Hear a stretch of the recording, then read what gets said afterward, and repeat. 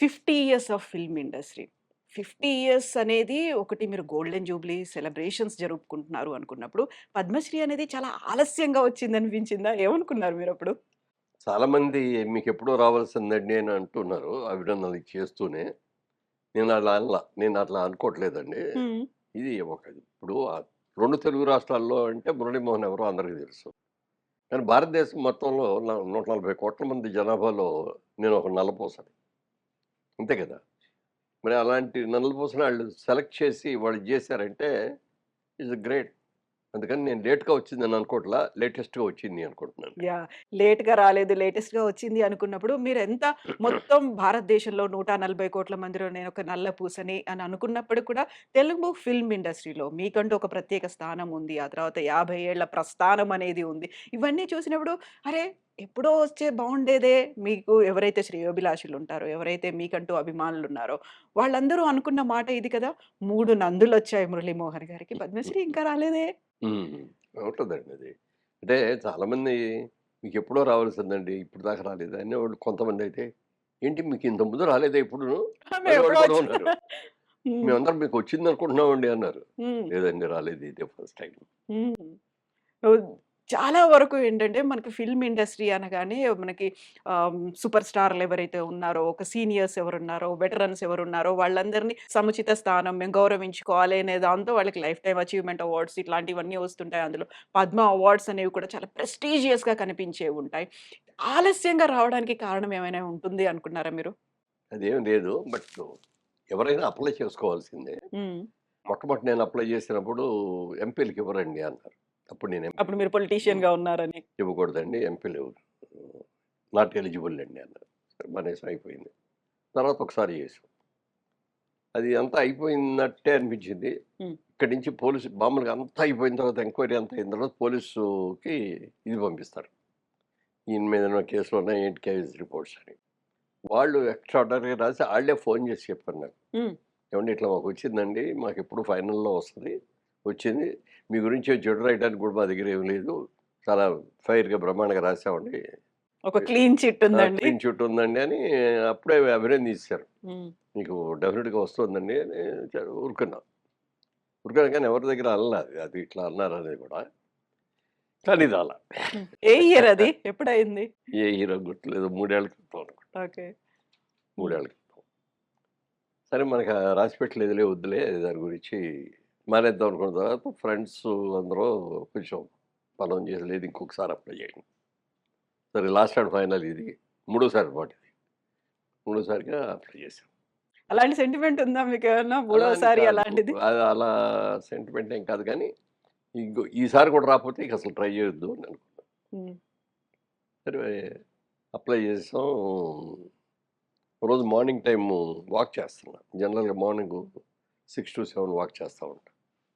Walk చేసేటప్పుడు phone జేబులో ఉంటది. ఎందుకుంటదంటే కాల్స్ కోసం గాదు. హ్మ్. మన కౌంట్ కౌంట్ చేయడానికి ఎన్ని వాక్ అడుగులేశారు. ఎన్ని అడుగులేసామనే కౌంట్ ఒస్తది. అందుకని పెట్టుకున్నా. వస్తే ఏదో ఫోన్‌లో వచ్చింది. ఫోనొస్తే తీసి చూస్తే అన్‌నోన్ నంబర్. పేరు లేదు. వదిలేయని లాక్ జేబులో పెట్టేసుకున్నా. హ్మ్. మళ్ళీ వచ్చింది. మళ్ళీ వచ్చేప్పటికి ఏంటి రెండోసారి వచ్చింది మళ్ళీ అదే నెంబరని ఎవరో కనుక్కుందామని, హలో ఎవరండి అన్నా. మురళీమోహన్ గారా అన్నారు. అవునండి అన్నా. హ్మ్. మాగంటి మురళీమోహన్ గారా అన్నారు. కన్ఫర్మేషన్ కోసం. అవునండి అన్నా. మీది ఏలూరు దగ్గర చాటపుర్రా? అవునండి అన్నా. ఇంకా ఏవో అడిగారు. ఎందుకు సార్ ఇన్ని అడుగుతున్నారు అన్నా.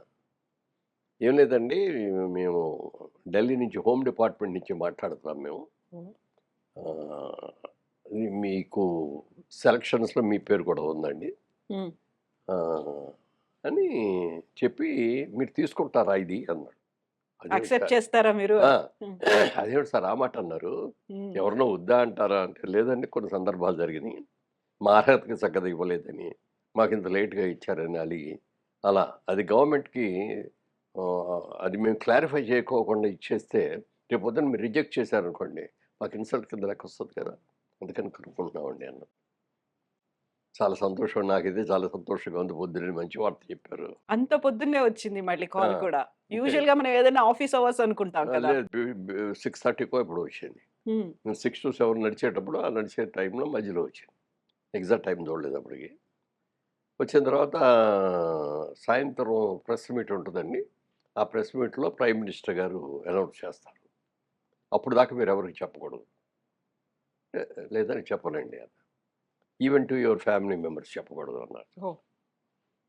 అక్కడ ఒక్క నిమిషం ఆలోచించి "అలాగేనండి" అన్నా. "మర్చిపోరు కదా! ఎవరికీ చెప్పరు కదా!" అన్నాడు. "లేదండి డెఫినిట్‌గా చెప్పను. ఆ మాట అంటే మాటేనండి. చెప్పనండి." పెట్టేసాం. లోపల ఆనందం వస్తాంది. ఎవరితో ఆ! పంచుకోవాలి తెలీదు. ఇంత మంచి కబురు ఎవరితోనా పంచుకుంటే గదా! ఆనందం రెట్టింపయ్యేది. అవును. పంచుకోకూడదు. వాడికి మాటిచ్చాం. ఇంట్లో వాకింగ్ అయిపోయి ఇంటికెళ్ళగానే వైఫ్ అక్కడే ఉంది. హ్మ్. అబ్బాయి అక్కడే ఉన్నాడు. కోడలు అక్కడే ఉంది. అమెరికా నుంచి వచ్చిన మా కూతురు అక్కడే ఉంది. అందరూ ఉన్నారు ఇంట్లో. అక్కడికెళ్ళి చెప్పేద్దామని ఒక ఉత్సాహం. నో. మనం మాటిచ్చాం. అవును. మాట తప్పకూడదు. Even to your wife, to your family అని అన్నారాళ్ళు. ట్రూ. పర్టిక్యులర్‌గా. అన్న తర్వాత చెప్పలే ఎవరికీ.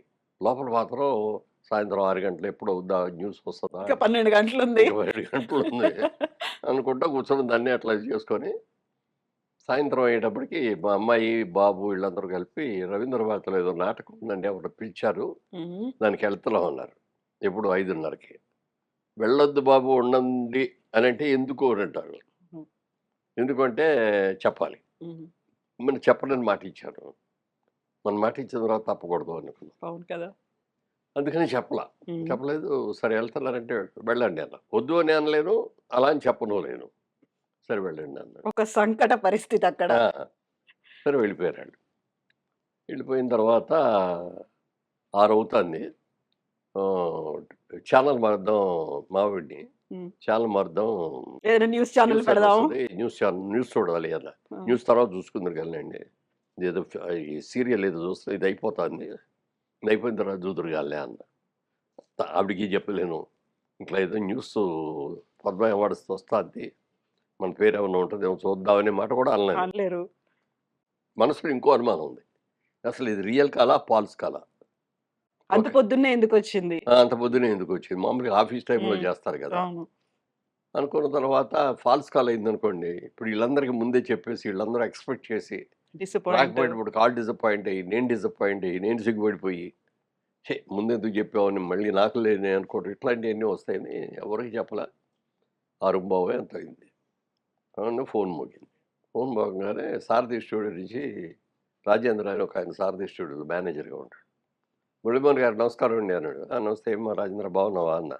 "కంగ్రాచ్యులేషన్స్ అండి" అన్నాడు. "దేనికి?" అన్నా. "మీకు పద్మ అవార్డ్ వచ్చింది కదా!" అన్నాడు. "అంటే నీకెవరు చెప్పారు?" అన్నా. "సార్ అదేంటి సార్ టీవీలో న్యూస్‌లో వస్తుందండి" అన్నాడు. అనంగానే మా ఆవిడని "ముందు ఆ పాప అర్జెంట్‌గా టీవీ న్యూస్ చూడాలి" అని ఆన్ చేశా. ఆన్ చేస్తే వస్తాంది. హమ్మయ్య! కన్ఫర్మ్. కన్ఫర్మ్ అయిపోయింది. అని వెంటనే మా అబ్బాయికి, అమ్మాయి ఆళ్ళు వెళ్తున్నారు రవి రవీంద్ర భారతికి ఆన్ ద వే. ఆళ్ళకి ఫోన్ చేసి వెంటనే వచ్చేయండి అన్నా. ఏంటన్నారు? చెప్పొద్దు కదా! ఏంటంటే చెప్పారా? లేదు లేదు చెప్పాడు. మళ్ళీ ఏం కంగారు పడతాం మా ఆవిడకి ఏమైనా బాగోలేదని పరిగెత్తుకొస్తారు అని చెప్పి ఇట్లా టీవీలో న్యూస్ వచ్చింది. పద్మశ్రీ అవార్డు కన్ఫర్మ్ అయింది అన్నా. అలా అయితే వచ్చేస్తున్నాం అన్నారు. వాళ్ళు బొకే గికే పుచ్చుకొనొచ్చారు. రాగానే అది ఒకటో సెలబ్రేషన్ లాగా అందరం ఒకళ్ళనొకళ్ళు హగ్ చేసుకొని హ్మ్. చేశాను. మరి పొద్దున్నుంచి ఎందుకు చెప్పలేదు నాన్నగారు? మీకు ముందు తెలీదా? చెప్పలేదా? అన్నాడు. చెప్పారు.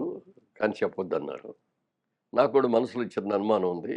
నిజంగా హోమ్ డిపార్ట్‌మెంట్ నుంచి వచ్చిందా? ఎవడన్నా మనల్ని ఫూల్ చేయటానికి ఒక ఫ్రాంక్ కాల్ చేశాడా? అయ్యుంటదా? ఇదేమిటో తెలియకుండా ఎందుకు చెప్పలేదు అన్నా. హ్మ్. ఆ విధంగా అట్లా అయిపోయింది. ఇక అక్కడి నుంచి ప్రతి నిమిషానికి ఒక కాల్ నాకు ప్రతి కాల్స్ ఎన్ని కాల్స్ వచ్చినాయో చెప్పడానికి లేదు. ఫోన్ మాట్లాడి ఇది ఆన్సర్ చేసే లోపల ఇంకోటొచ్చేస్తది. ఇంకోటొచ్చేటప్పుడు ఇంకోటొచ్చేస్తది. ఇక మా ఆవిడ ఫోన్ కూడా తీసుకొని ఇంతే ఆడికి ఇదొస్తది. ఆవిడ చుట్టాలు, ఆవిడ తెలిసినోళ్ళు, ఆవిడ ఫ్యామిలీ మెంబర్స్. అట్లా ఇక అసలు ఫోన్ అయిపోయింది. రాత్రి 11, 12 దాకా ఫోన్‌లు చూస్తానే ఉన్నా. హ్మ్. మార్నింగ్ లేచినప్పటికి మళ్ళీ మార్నింగ్ మొదలైంది. సరే ఇవాళ వాకింగ్ ఎగ్గొట్టేద్దాంలే ఫోన్లు కానీయండి. సరే ఆ ఫోన్ రోజు కాలేదా వాకింగ్ ఇంకా? రెండో రోజు వెళ్ళా. ఒకటి ఓహ్! అంటే 26 తారీఖు. 25 నైట్ దిగి 25. హ్మ్. 26 మార్నింగ్ ఎళ్ళాలి. వాకింగ్ ఎళ్ళిపోదామని అనుకోని ఫోన్‌లొచ్చేస్తున్నాయి. వాకింగ్ చేస్తా ఫోన్ చూస్తా ఫోన్ పెడితే ఎక్కడ ముందు పడతాం ఎత్తుకొచ్చింది. వాడికి మానేద్దాంలే అనుకోని ఇంట్లోనే కూర్చొని పొద్దున్నే మీకు కాలొచ్చింది. వాకింగ్ చేస్తున్నారు. ప్రతి డీటెయిల్ అడుగుతున్నారు. మీ ఇంటి పేరుతో సహా, మీ ఆ! ఊరు పేరుతో అవన్నీ ఒక ఇరిటేషన్ అనిపించిందా? ఈళ్ళెవరు నాకు కాల్ చేసి ఇంత అడుగుతున్నారు అని? అంటే 1, 2 సందర్భాల్లో ఇలాంటివి జరిగినియి.